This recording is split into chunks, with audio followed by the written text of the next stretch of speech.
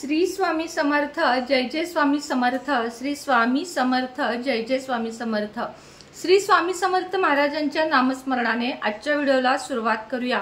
शुभ दुपार तुम्हा सगळ्यांना। कसे आहात तुम्ही सगळे? आशा व्यक्त करते स्वस्त असाल, मस्त असाल, स्वामींच्या सेवेमध्ये रममाण असाल।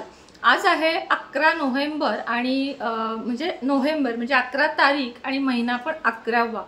तर 11-11 पोर्टल रेमेडी काल व्हिडिओ 2 दिलेले आहेत, तर ते आवर्जून नक्कीच बघा। खूप जास्त प्रभावशाली उपाय आहेत, ते न चुकता करा, कारण ते उपाय पुन्हा आपल्याला वर्षभर तर नाहीच, कारण पुढच्या वेळेस बघूया, म्हणजे येतच ते 11-11 येतो खरं तर, पण आजचा उपाय पुन्हा वर्षभर नाही असं मला म्हणायचं आहे।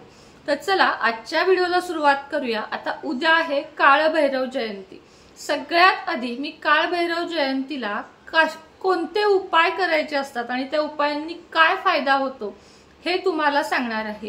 काळभैरव कशाचे देवता आहेत हे तर मी तुम्हाला गेल्या भागात सांगितलेलं आहे की काळभैरव हे म्हणजे न्यायाचे देवता आहेत। कुणी म्हणतं ते खूप क्रोधित आहेत, ते रागीट आहेत, तर हो ते आहेतच, कारण ब्रह्मा विष्णू महेश यांच्यामध्ये जेव्हा वाद चालू होते, कोणामध्ये? ब्रह्मा विष्णू आणि महेश या 3 देवांमध्ये वाद चालू होते की सर्वात सर्वश्रेष्ठ देव कोण आहे।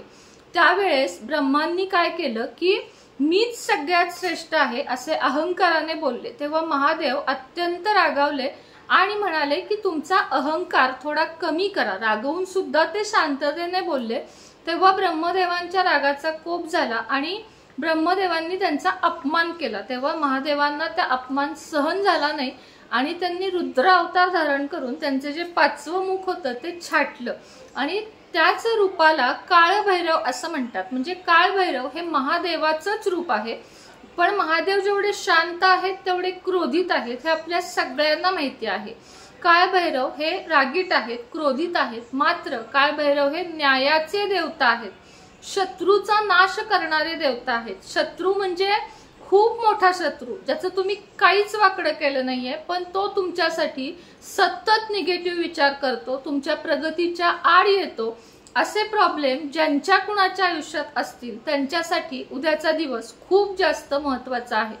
काळभैरव जयंतीला सगळ्यात मोठी सेवा, काही नाही जमणारे तुम्हाला उद्या करायला, नाही मंदिरात जायला जमणारे, नाही प्रसाद वाटायला जमणारे, हरकत नाही, घरामध्येच थोडीशी जिलेबी आणा, महादेवाच्या पिंडीवर अभिषेक करा आणि जिलेबीचा नैवेद्य दाखवा, धूप दीप पंचारती म्हणजे आरती करा आणि त्या महादेवांचीच आरती करा आणि त्यानंतर काळभैरव अष्टक 11 वेळा पठण करा।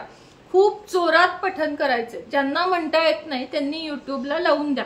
आता काळभैरव अष्टक पूर्ण म्हणायचे का? तर नाही, 8व्या ओवीपर्यंत म्हणायचे आणि शेवटी जेव्हा 11व्या वेळा म्हणून होईल तेव्हा फलश्रुती म्हणायची। 8व्या ओवीपर्यंतच काळभैरव अष्टक म्हणायचं 11 वेळा आणि त्यानंतर शेवटच्या 11व्या जेव्हा तुम्ही वाचत आहात तेव्हा त्याच्या खालची जी फलश्रुती म्हणतात त्याला, ती तुम्हाला वाचायची आहे। त्यामुळे एकूण हे सगळं ज्यांना अगदी हळू वाचता येतं त्यांचं अर्ध्या तासात आणि ज्यांना पटपट, म्हणजे आता आम्हाला कसं हे बघून बघून पाठ झालेल्या गोष्टी आहेत, तरी पण मी पण बघून म्हणते, पण 15 मिनिटात साधारण होतं।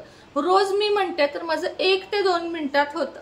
म्हणजे उद्या आपल्याला 11 वेळा काळभैरव अष्टक म्हणायचे। आता काळभैरव अष्टक म्हटल्यानं काय होतं, तर काळभैरव अष्टक म्हटल्यानं आपल्यावर त्यांची कृपा राहते। आपल्यावर कुणी विनाकारण अन्याय करत असेल, तुम्ही नुसतं सहन करताय, समोरचा अन्याय करताय, तुम्ही काहीच त्रास दिला नाहीये, तुमच्याशी शत्रुत्व धरताय, तुमच्या कामाच्या आड येत आहे, तुम्हाला विनाकारण त्रास देत आहे, तुम्हाला व्यवसाय करून देत नाहीये, तर या सगळ्यासाठी ही जी सेवा आहे ती खूप जास्त महत्वाची आहे, शत्रूंच्या विनाशासाठी। आता विनाश म्हणजे काय हो? शत्रूला मारणे का?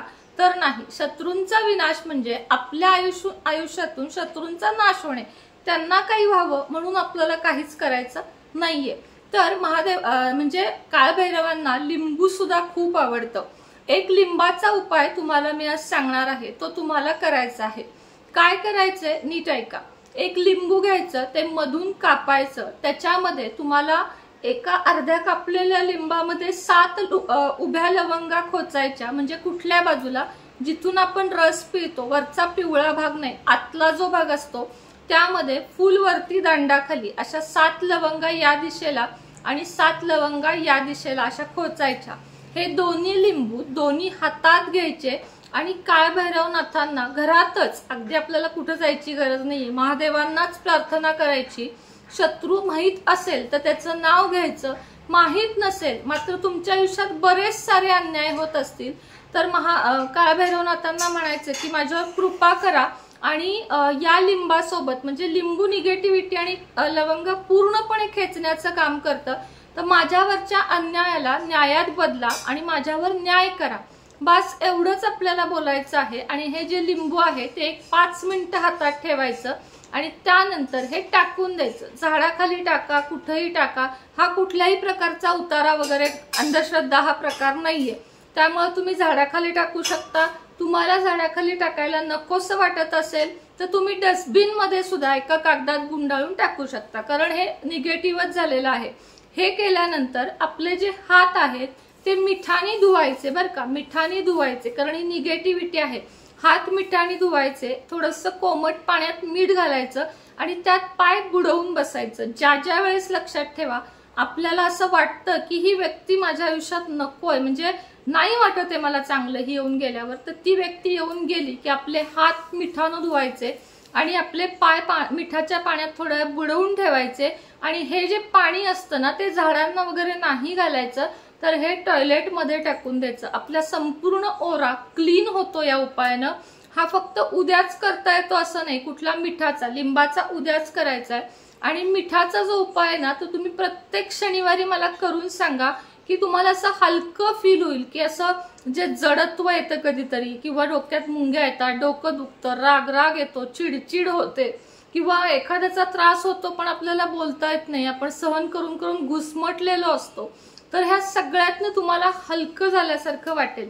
आता प्रश्न येतो की ताई आम्हाला उद्या पिरियड आहे, सूतक आहे, तर अशांनी काय करा, 11 वेळा काळभैरव अष्टक PDF काढा आणि म्हणा।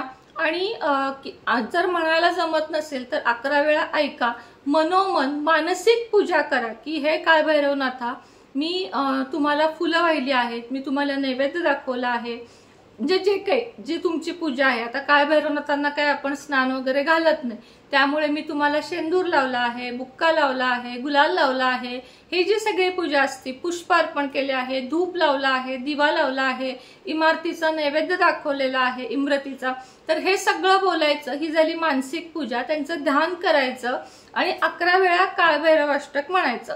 ही झाली पिरियड सूतक असणाऱ्यांसाठी सेवा।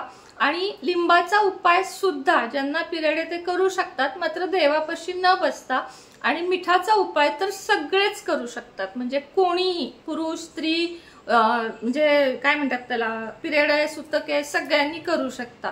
तर असे उद्याचे 2 जालिम उपाय म्हणून मी याला, शत्रूंच्या विनाशासाठी, आपल्यावर होणाऱ्या अन्यायासाठी उद्याचा दिवस प्रचंड जास्त महत्त्वाचा आहे। तर चला आजच्या व्हिडिओमध्ये इतकंच, पुन्हा भेटूया नवीन व्हिडिओ सोबत, नवीन विषयासोबत। तोपर्यंत तुम्हा सगळ्यांना श्री स्वामी समर्थ।